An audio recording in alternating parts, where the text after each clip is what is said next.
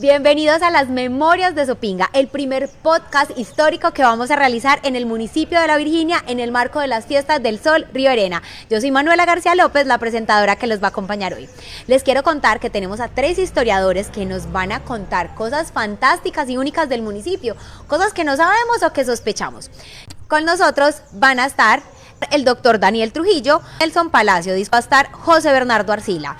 Regálenme un segundito y ellos ya entran con nosotros.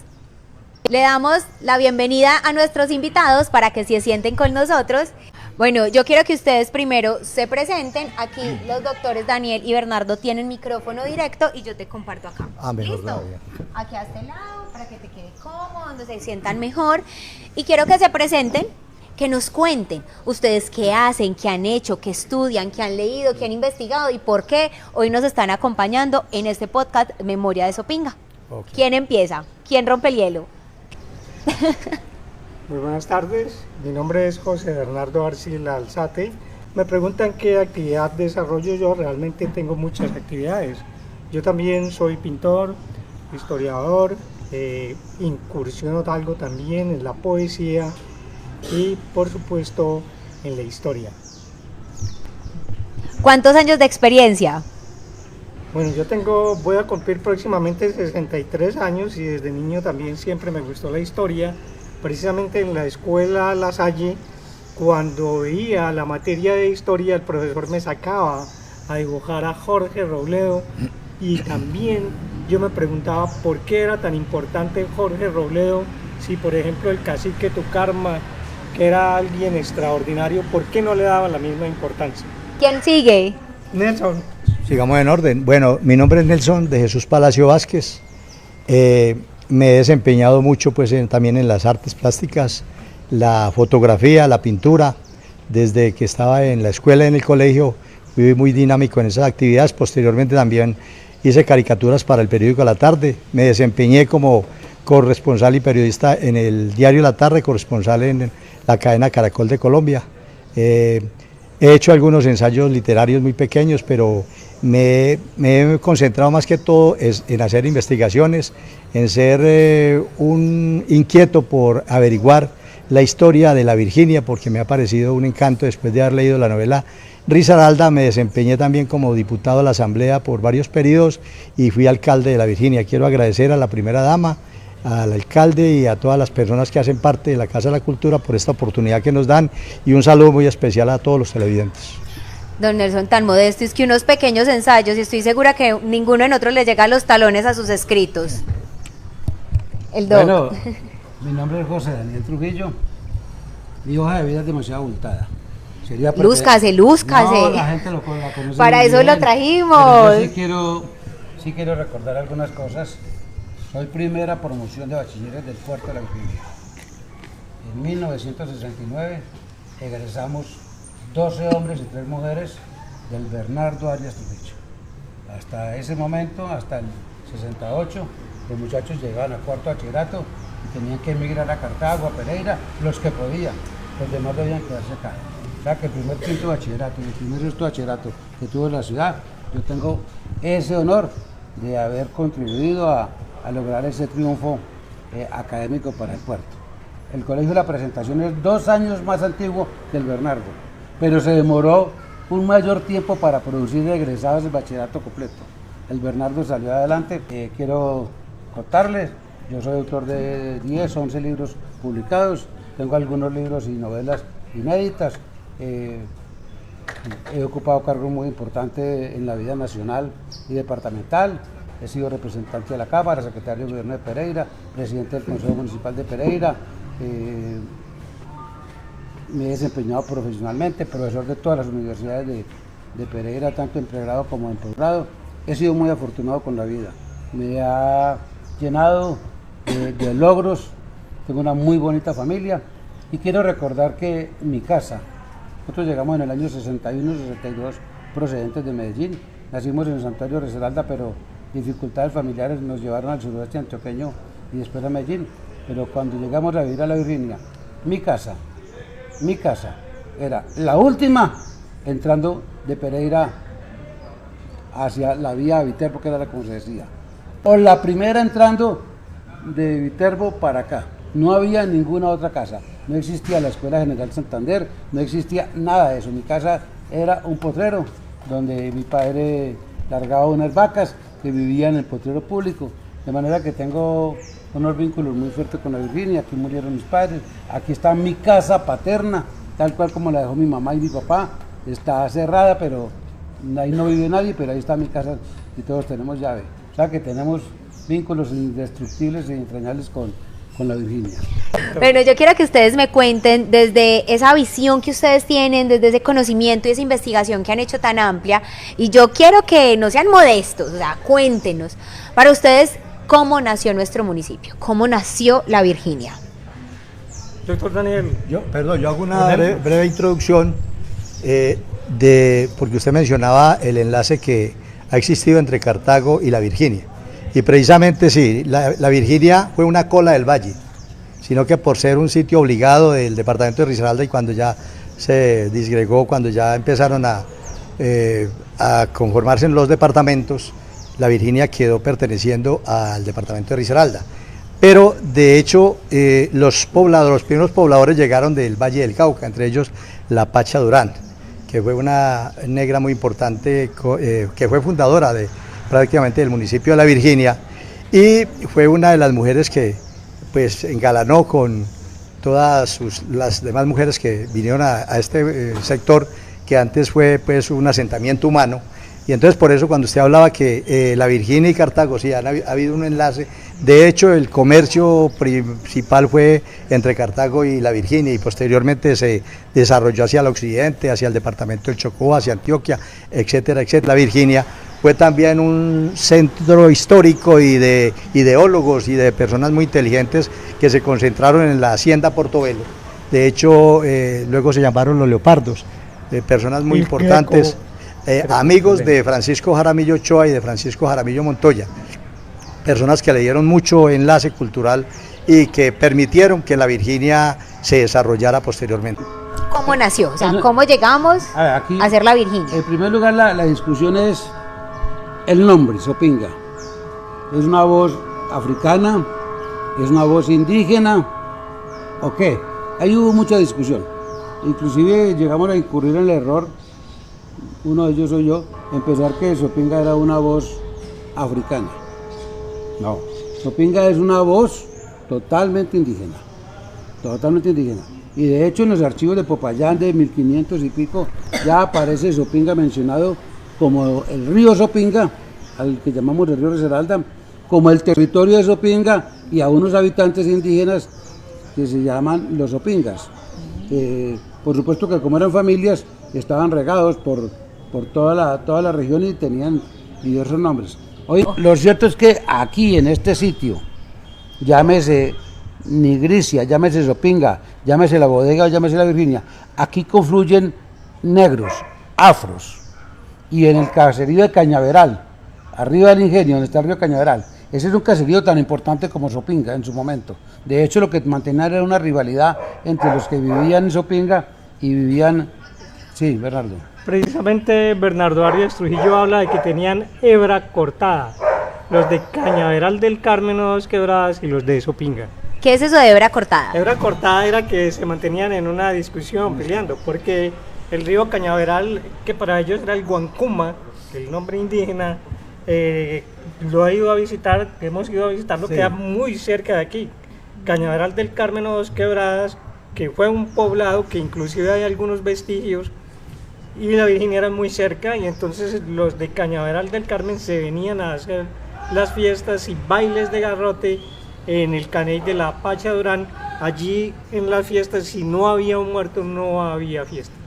Y hay otra notica para notar, que habían dos clases de negros, los negros de Antioquia y los negros del Cauca. Los negros de Antioquia eran más cordiales, más amables, los del Cauca eran muy violentos, y aquí se concentraban todas estas razas, y habían unas fiestas que, como lo decía acá nuestro amigo José Arcila, eran unas fiestas que terminaban a machete con 2 o 3 muertos. Si no había ese tipo, si no se terminaba la fiesta así, entonces habían comentarios malucos de que no habían sido buenas las fiestas. Bueno, cosas que uno se va a enterar. Se llamaban bailes de garrote. No. Hay un aporte muy interesante de Nelson.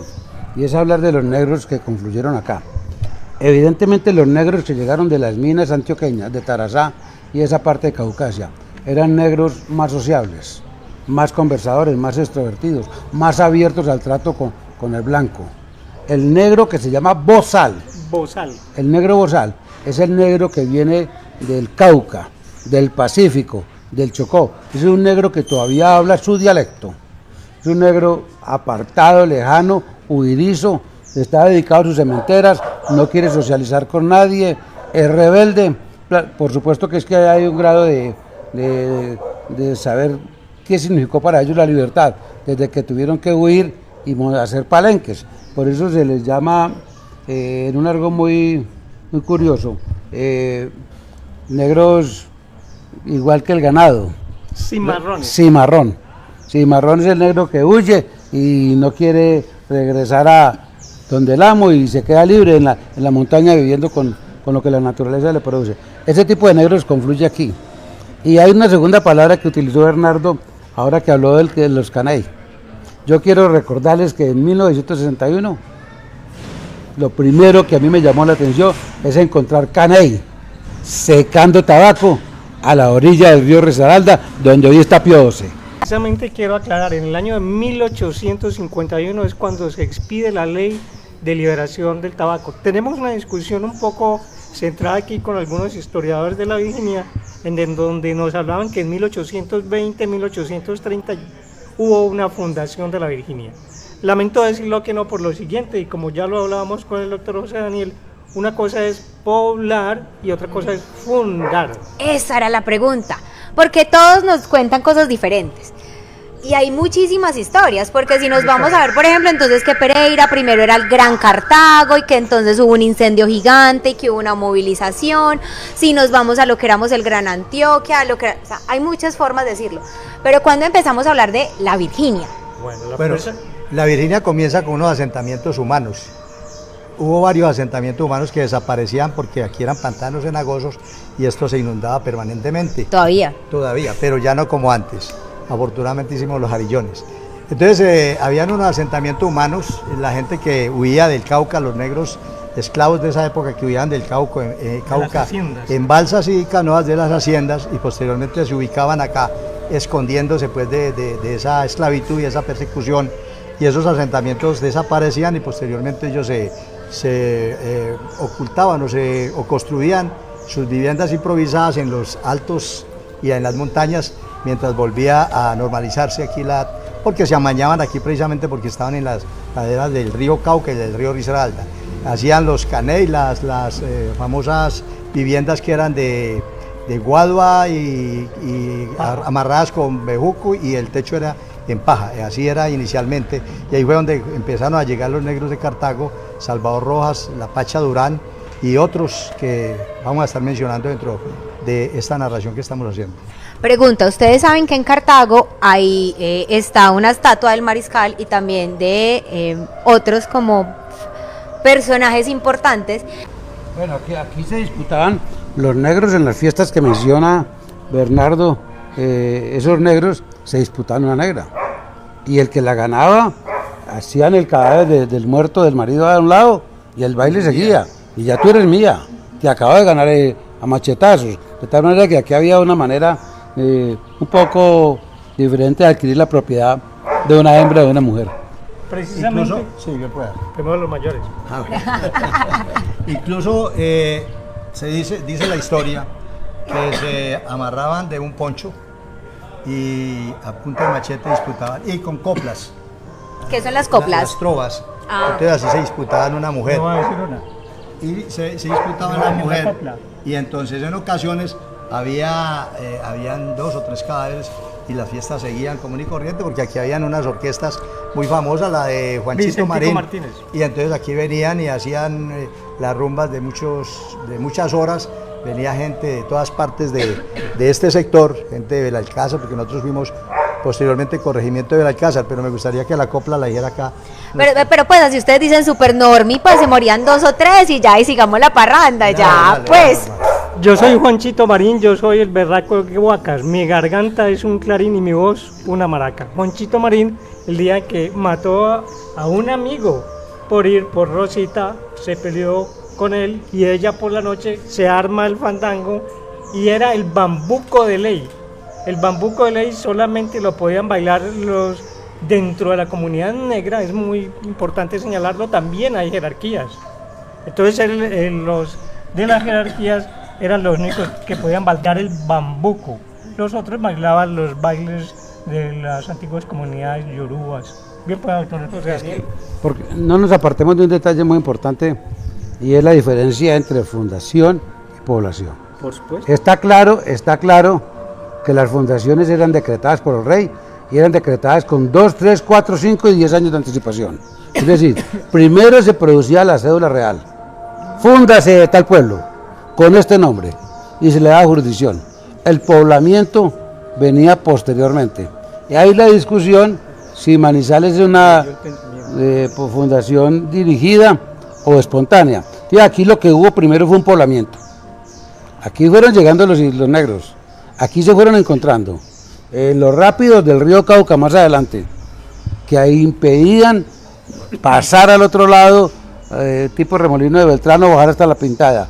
Eso lo represaba y encontraron el ambiente propicio, selvático, para poder tener casa, tener pesca y poder acomodarse a vivir acá. Ya fueron apareciendo entonces esa población, esos personajes de los cuales habla Arias Trujillo. La palabra la Virginia usted la va a encontrar. Es una escritura de la Notaría Segunda de Manizales, por ahí de 1890 y pico, donde a alguien muy importante le vende a alguien un predio en la Virginia. Y que la Asamblea de Caldas, de las primeras ordenanzas de la Asamblea de Caldas, una vez nació el departamento de Caldas, es la creación de un teleférico entre Belalcázar y el puerto de la Virginia. Pero más que el puerto de la Virginia, se llama la Balsa de Pobres, donde está el puente Francisco Jaramillo. Ahí había una balsa de pobres que era nada menos propiedad de don Francisco Jaramillo. Sí. Preciso, Manuela. La barcaza o gabarra, como dice el doctor José Daniel, o barca de pobres, pero después se le dio una concesión a Francisco Jaramillo en 1915 y la hizo Pedro Arteaga, porque anteriormente debían pasar tanto el ganado como los caballos tobao. Doctor, me contaba el doctor Hugo López Betancourt que la palabra precisa era tobao, jamás había escuchado esa palabra, en la cual debían pasar nadando aquí el río, el caballo y los animales para pasarlos aquí el Cauca y el Risaralda, que son los que nos acompañan. El Cauca y el Risaralda, y pasaban los animales de este lado, donde dice el doctor, precisamente el terreno de José María Mercado, donde hoy se encuentra el puente Francisco Jaramillo, para pasarlo al otro lado, la barcaza o gabarra, que se llamaba también Puerto de Agua, y que también lo utilizaban inclusive los habitantes de Marsella. Bueno, y si nos vamos mucho más atrás, ¿cuáles fueron esos primeros pobladores? Ya sabemos que el tema, bueno, fundación, ya sabemos que estamos cumpliendo 136 años, ¿cierto? Ya sabemos como la fechita en la que, como nos decía el doctor Daniel, en tal fecha dijeron, nace la Virginia. Bueno, le voy a hablar entonces de los primeros pobladores. Estamos hablando y más porque nos están contando de muchos, o sea, nos están contando que tenemos varios asentamientos indígenas, pero también varios asentamientos afro, que para las épocas también fue cuando empezaron el tema de los palenques, que por ejemplo pues San Basilio de Palenque siempre va a ser un hito pues a nivel Latinoamérica en este sentido. Lo que primero encontramos entonces son los sopingas, supingas o cupingas, pertenecientes a los umbras, porque algunos hablan de quimbayas, ya el doctor también hablaba de esa posibilidad. Obviamente que ellos no se encontraban en un sitio fijo. Tucarma era el cacique a lo cual los supingas acudían para que los defendiera. Entonces, cuando llegan los españoles, ya no habían sopingas aquí. Voy a explicar por qué. En el año de 1627, exactamente, el oidor Lesmes de Espinosa es el encargado de hacer un índice, inventario o censo de indígenas, y entonces él es autorizado por el rey para crear unas comunidades o pueblos indígenas. Y sucede entonces que a los sopingas, supingas o copingas de aquí se los llevan. como encomendados a Anserma, en donde es hoy la vereda de San Pedro, y allí fundan al poblado indígena de Nuestra Señora de la Concepción de Tauyá. Allí confluyen varias comunidades indígenas de los Sierra, Supinga, Mapura, y forman esa comunidad o pueblo indígena, y por lo tanto desaparecen los indígenas de Supinga de aquí. Entonces por eso decían que no hubo una comunidad indígena, y se tenía la duda de que si fuera una comunidad indígena o que el nombre fuera de africano. No, los Sopinga habitaron en este territorio, y por razón de que fueron desplazados, o como dice el doctor Alfredo Cardona Tobón, el historiador, fueron arriados por los españoles hasta Anserma, y por lo tanto dejaron de estar. No, es muy interesante lo que dice Bernardo. Yo creo que Bernardo se refiere a la mina que todos hemos buscado, aquí buscando La Palma o la finca La Carmelita. Ahí está todavía algún retablo de hueco. Algo de oro. Nelson, una nota nostálgica. ¿Saben ustedes que para 1965 todavía había monos, martejas o martas en Guásimo? Se extinguieron. Aquí, a 5 minutos del pueblo, había martejas. Era una variedad de mono. No volvieron a verse las martas, pero volvamos a la historia del municipio del puerto. Una pequeña obra que escribí que se llama Historia de un nombre. Sopinga, Nigricia, La Bodega, La Virginia. ¿Cuáles fueron realmente esos 4 nombres?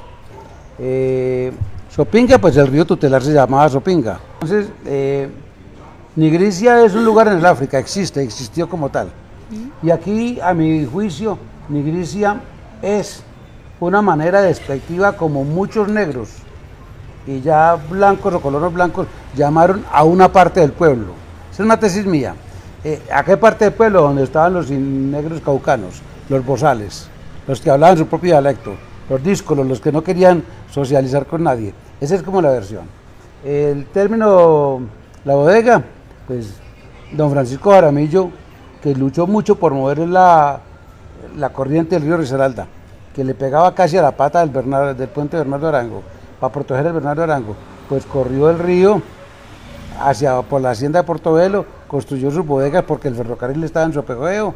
Eso pues la gente dijo que lo que quería era acercar, entonces esa parte la llamaron la bodega. Entonces era más importante para dónde va, de dónde viene, para la bodega, porque era la actividad principal.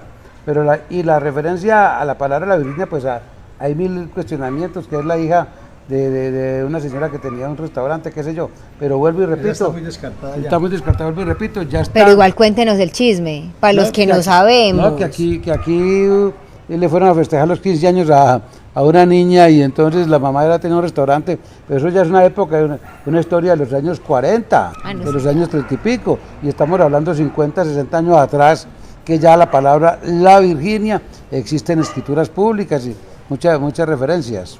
Tema del que no hemos hablado, la navegación sobre el río Cauca. Excelente. Las empresas navieras. Este tema está muy documentado en los archivos de la Universidad del Bache.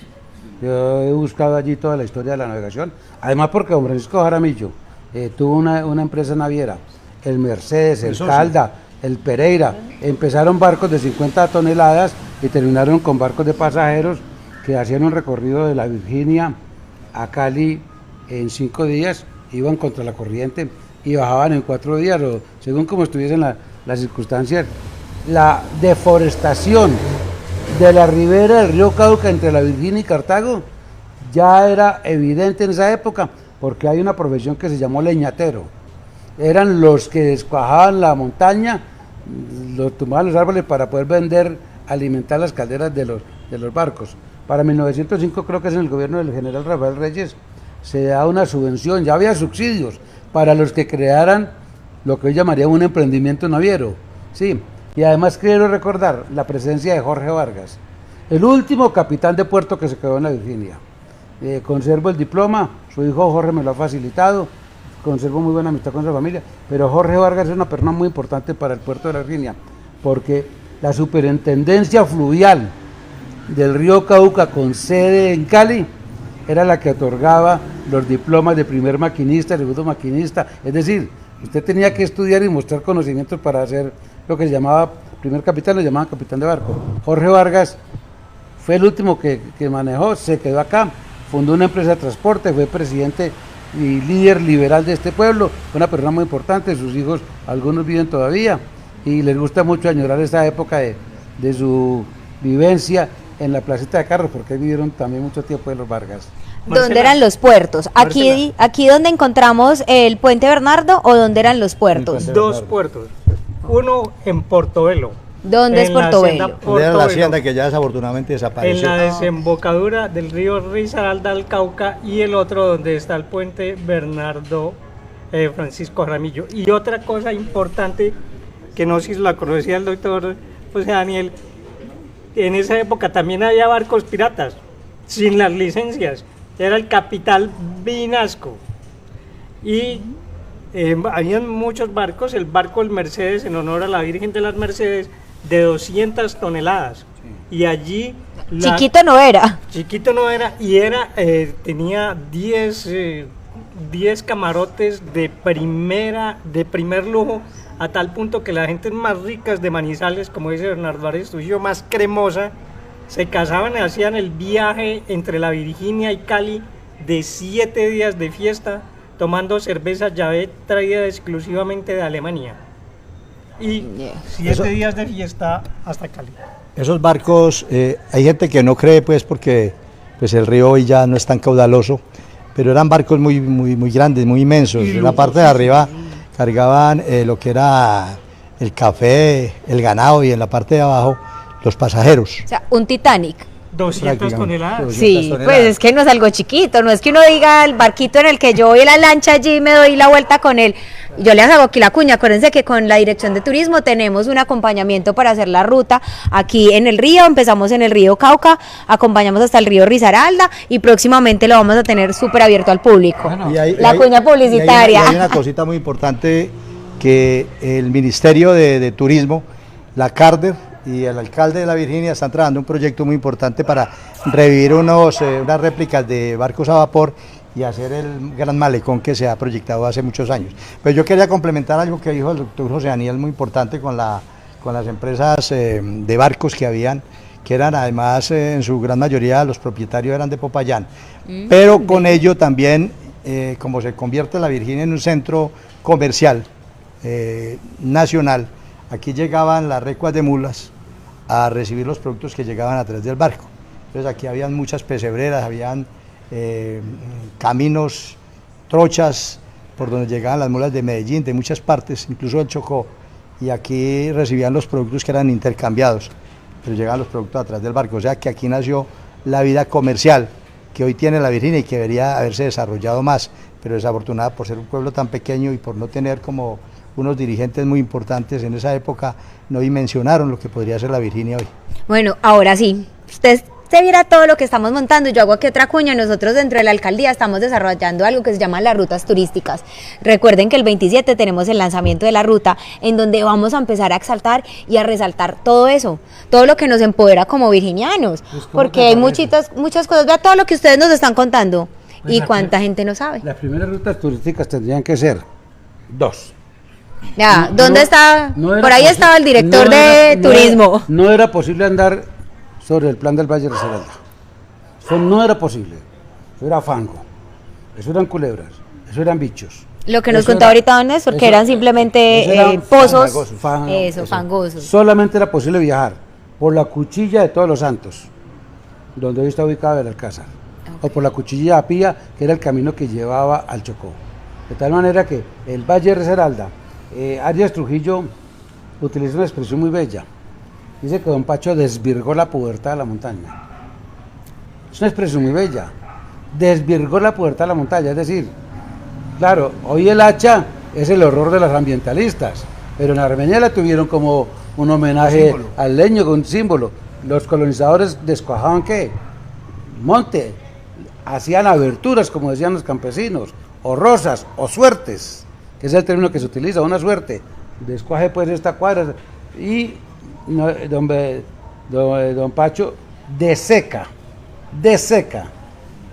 el Valle de Risaralda, haciendo canales, mano de obra local y que venía allí, pero mucha mano de obra negra contribuyó a ese trabajo que es hoy el exuberante y hermoso Valle del Risaralda. Pero la primera ruta de esos caminos comerciales de las recuas de mulas venían por Anserma y se abría la cuchilla de Todos los Santos, Belalcázar, a bajar, o volteaban hacia Pía para dirigirse al Chocó, o a esos pueblos que ya empezaban a aparecer en el norte, por la cordillera de Cartago hacia arriba. ¿Sabe dónde podemos investigarlas? ¿En dónde? Si ustedes tienen algún lugar acá, para que también entre todos podamos ir y leer.